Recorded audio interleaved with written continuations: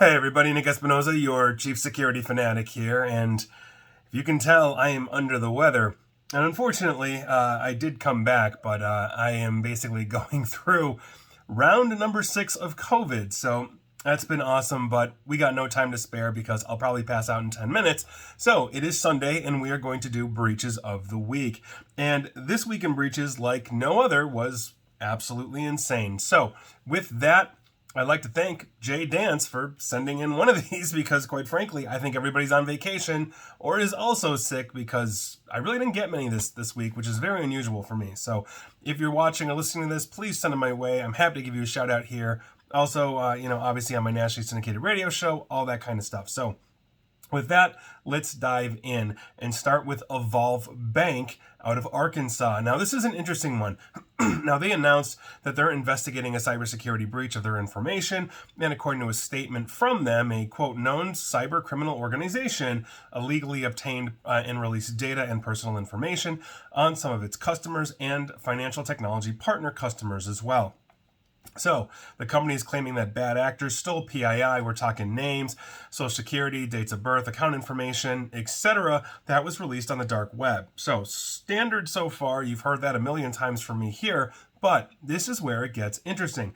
After claiming that they had stolen data from the Federal Reserve, yes, the Federal Reserve, you might have heard about that, ransomware group Lockbit then released records this past Tuesday that actually didn't belong to them. They belonged to the Evolve Bank and Trust. And so now it's looking like Lockbit may have either, one, falsely identified, Evolve as the Federal Reserve. They might have claimed that and tried to release this, essentially as Federal Reserve data, which it was identified otherwise. We're not 100% sure, or maybe the Federal Reserve is still coming, but we don't know. The point is that right now, Lockbit looks like they don't have the Federal Reserve. They got Evolve Bank and Trust. So heads up to you if you're one of their customers. Moving on. Let's talk about Ticketmaster, excuse me. Like I said, bad week for this. Ticketmaster. I want to give you an update on their 500 million potential user breach. It's way lower than we thought, at least according to them. Now, Ticketmaster disclosed this past Friday that less than 1,000 people were impacted by a breach in the spring, contrasting with widely reported claims that attackers basically possessed data from 560 million Ticketmaster users. Now, in a recent notice posted by Maine's Attorney General, Ticketmaster said the total number of persons affected amounts to actually less than 1,000. So I hope that's true, and I hope that shuts it down. Obviously, that would be a great thing, but if you're a Ticketmaster customer, hopefully you're not one of those less than 1,000. If they've got 560 million, yeah, it's a pretty good chance. Moving on, let's talk about TeamViewer, a very widely popular remote access platform. This past Thursday, they disclosed that they detected an irregularity in their internal corporate IT environment on June 26th. They didn't disclose the details. They said they basically, took it offline, et cetera, and an investigation is undergoing, or is, underway. That I can't even speak today. So anyway, TeamViewer, we don't know yet, but it looks like they're shaping up to be something. We'll see what goes on. With that, let's do a quick Snowflake update. If you recall, this is the massive data storage provider, and week over week, I've been talking about them. And this week, we've got Neiman Marcus, the upscale retailer, for 64,000 of their customers' data, and Australia's Ticketmaster, known as Ticketek. Now, I don't believe it's owned by Ticketmaster, but it is considered the Australian Ticketmaster, meaning the largest player on the continent. And so, by virtue of that, Ticketek also got hit thanks to Snowflake. And that's what I got for you this week on them, but obviously never fun. Now, let's talk about Geisinger. This is an interesting one as well. They began notifying upwards of 1 million individuals of a data breach that occurred in November of last year. Now, here's where it gets interesting, because this is a vendor hit. A former Nuance Communications employee accessed certain Geisinger patient information 2 days after he was fired. Now, the individual is arrested now and is facing federal charges. Now, Geisinger serves 1.2 million people across the state of Pennsylvania in rural and urban care settings. Geisinger used Nuance, which is a Microsoft-based company, for information technology services.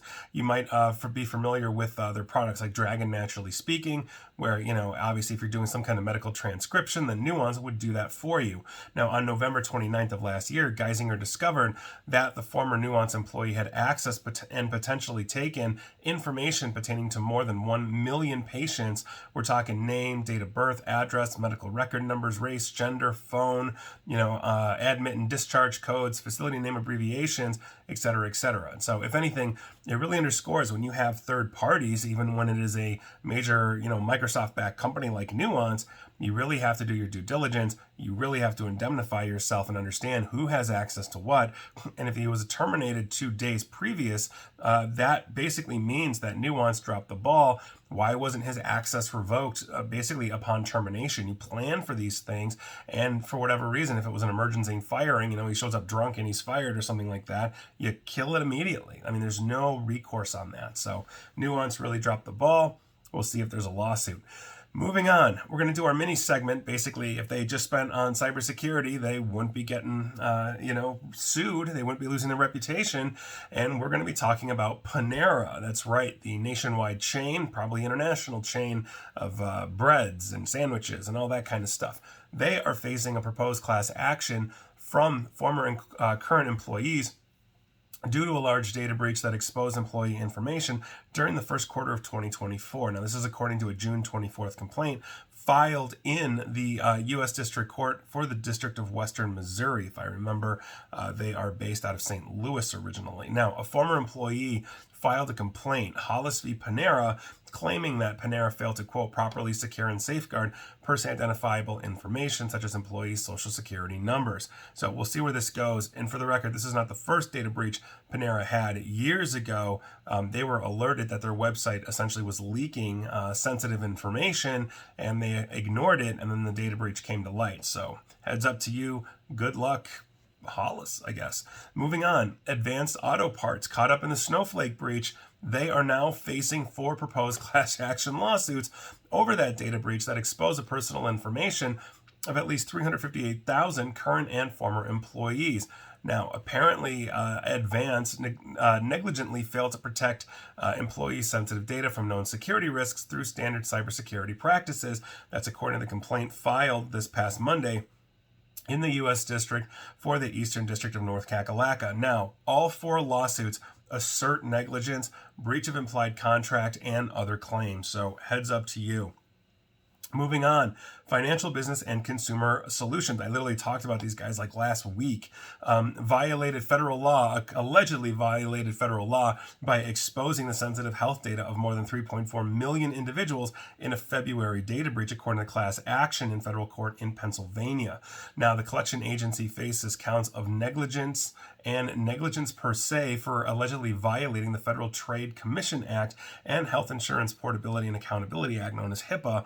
And the complaint filed this past Tuesday essentially elaborated on that, saying that they have basically dropped the ball. So heads up to you if basically they are your debt collector, Financial Business and Consumer Solutions. You may be able to get into a class. Moving on, let's head on over to Japan for this as well. Let's talk about Mitsubishi, the massive Japanese corporation. So Mitsubishi UFJ Financial Group, specifically their MUFG banking and security units, have been penalized by the Japanese government. Now, Japan's financial regulator basically stated that they breached regulations governing client confidentiality. And this order came to light following an investigation that identified several breaches of quote-unquote firewall regulations, a standard that Japan uses for data security practices, for Japanese businesses. Obviously, never a good look. Mitsubishi is a massive and massively diversified company, so obviously this is one aspect of Mitsubishi, not the organization as a whole. But when you're talking about financial regulation, obviously the cybersecurity tends to be very, very much in the realm of Kool-Aid drinking. So we'll see what happens with that, but There you go. If you use Mitsubishi's UFJ financial group for your financial needs, in other words, you're probably a Mitsubishi employee, even here in the United States or anywhere where you're listening to this, you might want to check in. Moving on, and that is the end for the record of the mini segment. If any of those companies had just been good on cybersecurity, they wouldn't have their reputation damaged, they wouldn't be getting sued, or they wouldn't be getting fined by their respective governments. And with that, let's move back to regular breaches and talk about iconic American clothing company Levi Strauss, maker of the blue jean. So this is, interestingly enough, one of the most American branded companies on the planet. They just disclosed a significant data breach affecting 72,231 customers. This breach occurred on June 13th of this year and apparently was discovered the same day. We're talking about personal identifiers such as names, and that's all that was literally listed there, which were exposed due to vulnerability, exploited due to vulnerability. So here we are. So I don't know much more about that, but I think your Levi's are safe. That said, the company is not at the moment. Moving on. Let's head on down to Texas and talk about Texas Retina Associates. On June 24th, they filed with Texas after discovering confidential information, basically that had been entrusted to them, was downloaded in an unauthorized manner. We're talking names, social security numbers, addresses, medical information, health insurance information, and dates of birth. They are sending out notifications. So heads up, Texas Retina Associates patients, again, deep in the heart of Texas. Moving on, let's talk about the city of Shenandoah. They basically had a data breach that involved the personal information of more than 400 current and former employees, according to city officials. The breach involved only those that had been paid by the city, not residents who pay their city bills online, and apparently less than 1% of the city's data was lost in this attack. So if you have been employed or were employed by the city of Shenandoah, please make sure you check in. Moving on, let's talk about Heart South Cardiovascular Group. On June 13th, they filed with Health and Human Services, aka HIPAA, after discovering that essentially they had been hit. We're talking about sensitive consumer information. I do not have a list, but figure whatever personal health information is out there, it's probably out there, and they are notifying individuals. So heads up, Heart South Cardiovascular Group patients. Moving on, let's talk about Class Advisors. On June 20th, they filed with California after discovering unauthorized party was able to access their customer data. And what we are talking about in terms of disclosure are names, dates of birth, social security, and financial account information as well. Basically, they are also sending out notifications. So if you use all your class advisors, if you use class advisors for, I don't know, advising classes, whatever it is, heads up, they got you hit. Moving on, let's head on over to Indonesia and talk about Indonesia's National Data Center. Now, attackers have encrypted systems at the National Data Center with ransomware, which then disrupted things like immigration checks at airports and a variety of other public services, and this is according to Indonesia's Communications Ministry. Now, in a statement this past Monday, the ministry said that the systems of the temporary National Data Center were infected with Brain Cipher. Now, if you're not familiar with Brain Cipher, this is a new variant of Lockbit ransomware that is starting to go around. Now, the attack basically affected the National Data Center branch located only in Surabaya, and that is according to the government. It did not hit the other location, the other data center in Jakarta, the capital. So hopefully, they were able, even if it slowed everything down, they were able to be redundant in that way. Now, the breach has the potential also to expose data belonging to state institutions and local governments, and if it's in the hands of Lockbit, then it'll get out there. They're pretty good. I just mentioned them, though, saying that they hit the Federal Reserve, and we'll see. So nothing's perfect. And we actually had another case where Lockbit may have hit one of our clients' supply chain, and they denied it and denied it and denied it. We went and looked at the data, and it was for a company that sounded exactly like the company that was in my client's supply chain. So they tagged the wrong company saying, oh, we do this and here's your data, when it was actually another company that got hit. So you never know. Anyway, moving on, let's talk about the IRS. That's right, the tax man here in the United States. They issued a public apology this past Tuesday in relation to data breaches that leaked taxpayer information to two media organizations. Now, this apology was not really altruistic. It was part of a settlement reached by the IRS and billionaire Ken Griffin, a man who sued the IRS over basically the breach of his information. He's originally from Chicago, or was a Chicago investor, if I remember correctly.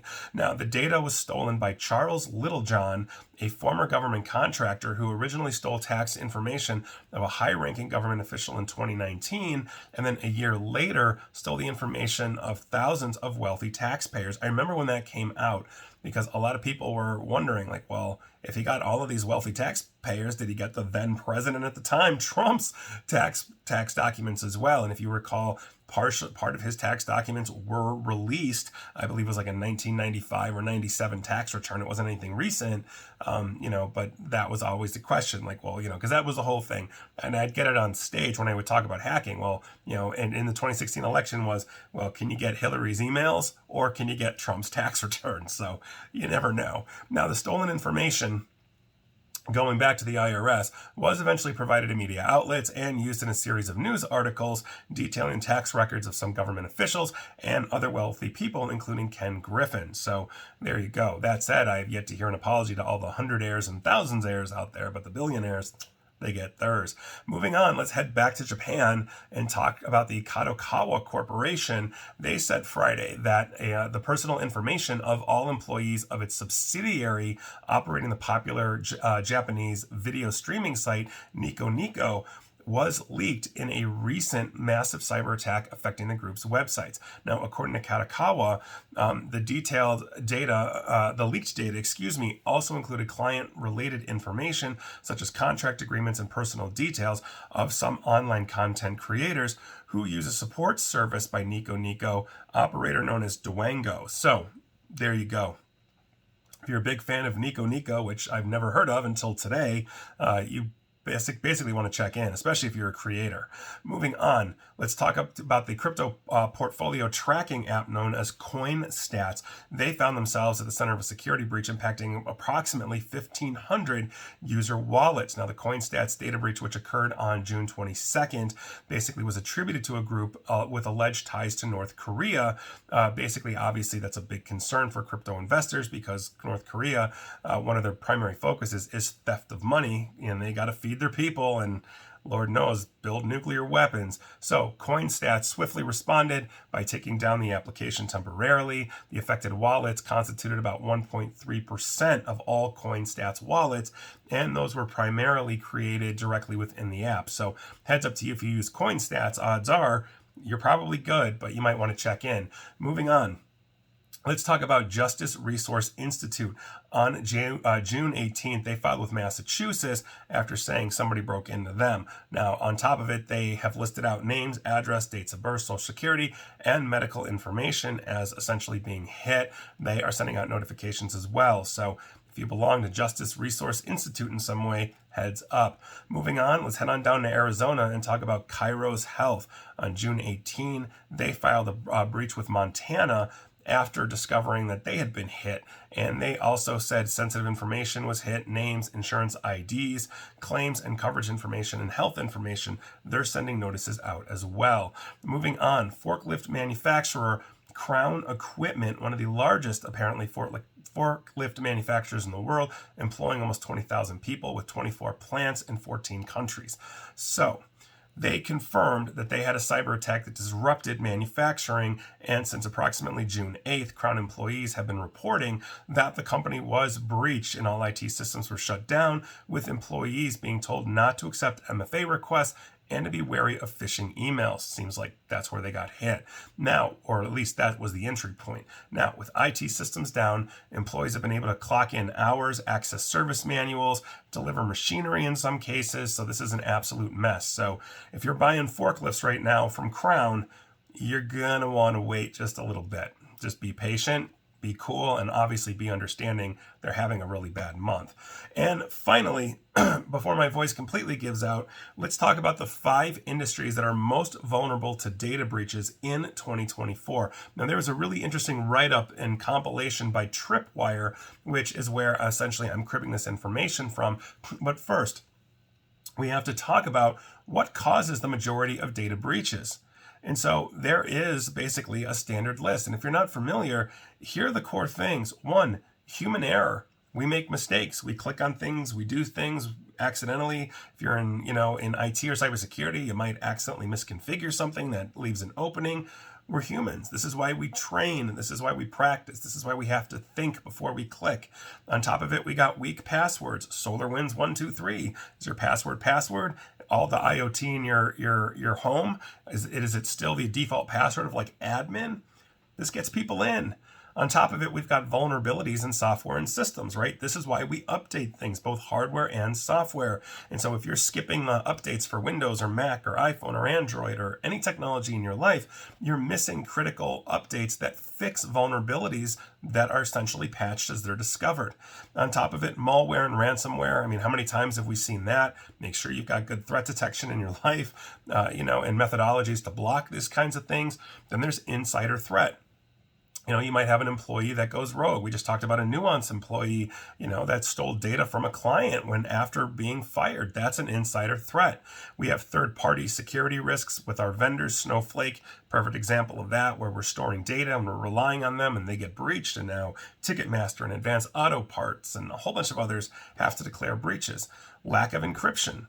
Are you actually encrypting your stuff? If your laptop is stolen, can I just get into your stuff and a Windows username and password doesn't stop me from accessing the files? It just stops me from getting to your desktop. And then social engineering. Does Prince Ubuntu really do need help with his revolution? That's what we're talking about. Don't send money to Nigerian princes. If you're not getting a FedEx package, why would you open a link? These are things that we're talking about. So with that, let's talk about the verticals according to Tripwire and their research that are getting hit the most, or the most vulnerable, I should say, in this year, 2024. First one up is manufacturing. And according to IBM X-Force Threat Intelligence Index, the most vulnerable industry to data breaching is exactly this. Now, manufacturing are increasingly at risk of cyber threats, mainly from business partner and software supply chain attacks, as highlighted in the 2023 Cost of a Data Breach report by IBM Security. There are some bigger, these are some of the bigger cyber attacks that we've seen, and they account for 15 and 12% respectively of all cyber incidents when we are talking about this. Now, business partner attacks essentially involve exploiting the connections and access points between manufacturers and their external partners, such as suppliers and distributors. It's supply chain due diligence, and that's what we're talking about. Now, the number 2 vertical that they mention is healthcare. And if you are a longtime listener or watcher of Breaches of the Week here, you know that about half the breaches I talk about are healthcare. And in healthcare, a lot of the breaches are also supply chain as well. And so that obviously has been a very, very big issue, and healthcare continues to face serious challenges towards keeping patient data safe. The number of healthcare data breaches in the United States has been increasing within the past few years. I can attest to that personally with evidence, because I've got my notes going back years at this point, and you can see it. You can literally see it. So one of the main reasons behind this is the increasing digitization of medical records. So electronic health record systems, EHRs or EMRs, are becoming very, very prevalent due to high tech and some other things. And so by virtue of that, it is obviously openly trying to be attacked. Another major issue is that a lot of healthcare is perpetually behind and struggling. I see this all the time. We walked into a healthcare facility. This was only like a few years ago, maybe 3 years ago, 4 years ago, like maybe just before the pandemic, where the person said, well, we want to be HIPAA compliant, and they were running a database that essentially required DOS, disk operating system, like command line. If you remember it back from like when it was super popular in the 80s before Windows, that's what it took to run. And we can't make that, there's no such thing as encryption, in that world, in that database specifically. So, no, absolutely not. But we see that, and they're going to use it till the wheels fall off. Manufacturing does the same thing too. I can't tell you how many times I've seen like a Windows NT4 system running a manufacturing, system. If you don't know NT4, it was basically popular before the Macarena was popular. So do the math on that. And the companies say, well, we're not going to spend $1 million to upgrade from NT4 to Windows 10 or whatever they can upgrade to, because it's not worth it. So we'll just keep running it, and you, Nick, go defend it. That's obviously a big issue. Now, on top of that, the number 3 vertical they talk about are digital agencies, because digital agencies store a ton of customer data, including personal information and security logins. And so, to minimize the risk and liability involved when managing client data, these agencies are investing more than ever now to try to get ahead of cyber threats. But always, it's a cat and mouse game. It's a perpetual upgrade. So, the IBM 2023 cost of the data breach report highlighted that, quote, 82% of breaches involved data stored in the cloud, aka the digital agencies in our lives. We're not talking about ad agencies. We're talking about these kinds of agencies. So, organizations have to start looking for solutions that provide visibility across all of these hybrid environments, and therefore they can protect simultaneously and monitor things like databases, apps, email, services, all this kind of stuff. And so when they are acting as a third party, because they are our supply chain, think Snowflake, the data provider, the data storage provider, they basically are essentially a gold mine and heavily targeted by attackers, because attackers got Ticketmaster, Advance Auto, et cetera, et cetera. Blackbaud, when they got hit as a provider of this as well, they got donor information for a ton of schools and organizations. It's an absolute mess. Now, the 4th vertical is retail and e-commerce. And so obviously we've seen some massive hits. Credit card skimming has been a thing for years and years, injecting malicious code into e-commerce sites and all of that. But the largest fraudulent transaction value of any regional market is North America for this. And specifically, we counted for 42% of global e-commerce fraud in 2023. Just us alone. Mostly the United States, but we'll throw in Canada as well. It's absolutely crazy. Now, the research cited vast volume of data breaches and broad availability of stolen credit card information as the key risk factors. 37% of all breaches involve payment card data information, according to Verizon's data breach investigation report. So this is a big one. And finally, the 5th one is tech companies. You may be running a company and you may have outsourced your IT provider, or you may have a managed security service provider. This is the companies that we are talking about. And so while tech companies should naturally be better at this, they're absolutely not. And I, interestingly enough, advise a lot of different IT companies out there that, hey, we've got clients, we want to make them more secure. And oftentimes we're talking to them because they don't have enterprise solutions, but they're selling security. And so that's obviously a big issue. So one of the primary reasons for this, for the record, is the vulnerability of the vast amount of sensitive data that they possess as well. And so if they are storing that data in an insecure manner, and remember, they have administrator access into all of their clients, which means if they have 300 clients, they have 300 admin access points, into 300 different organizations. So for example, when Kaseya, which is a remote managed system that a lot of these IT companies use to basically remotely manage all of their endpoints at all of their clients. When they got hit and then they basically locked out all of the clients, they were able to ransom everybody in one shot through these IT providers. And there was a whole bunch of them that got hit through Kaseya VSA. And so with that, from personal information to proprietary technology, the data that they've got is highly, highly valuable because it gains deeper access. It's a target-rich environment. Now, on top of this, obviously, we have a massive innovation race where we are pivoting constantly in cybersecurity, which oftentimes means tech companies, especially IT firms that are very set in their product stacks, don't evolve. They don't pivot in the way that they should because they're not going to break the stack, or maybe they're not going to take the time to train on that, which I think is absolutely crazy. You're just putting yourself behind. You're putting your customers at risk. I mean, it's a mess.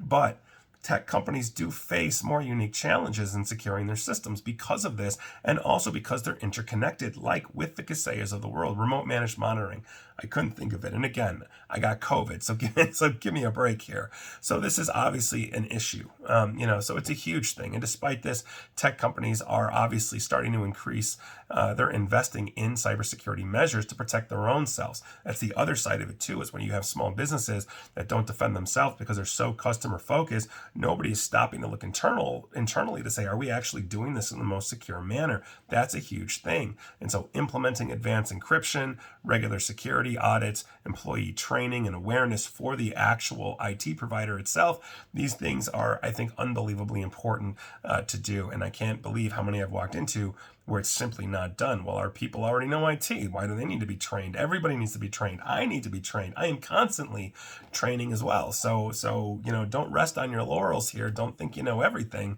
because quite frankly, there's new innovation constantly coming out there, as the government of Indonesia, unfortunately, just learned thanks to Lockbit. So there you go. Those are your breaches of the week. I'm going to go pass out, but thank you for bearing with my voice. And here we are. And please like, share, follow me here on Facebook and Twitter at NickAESP.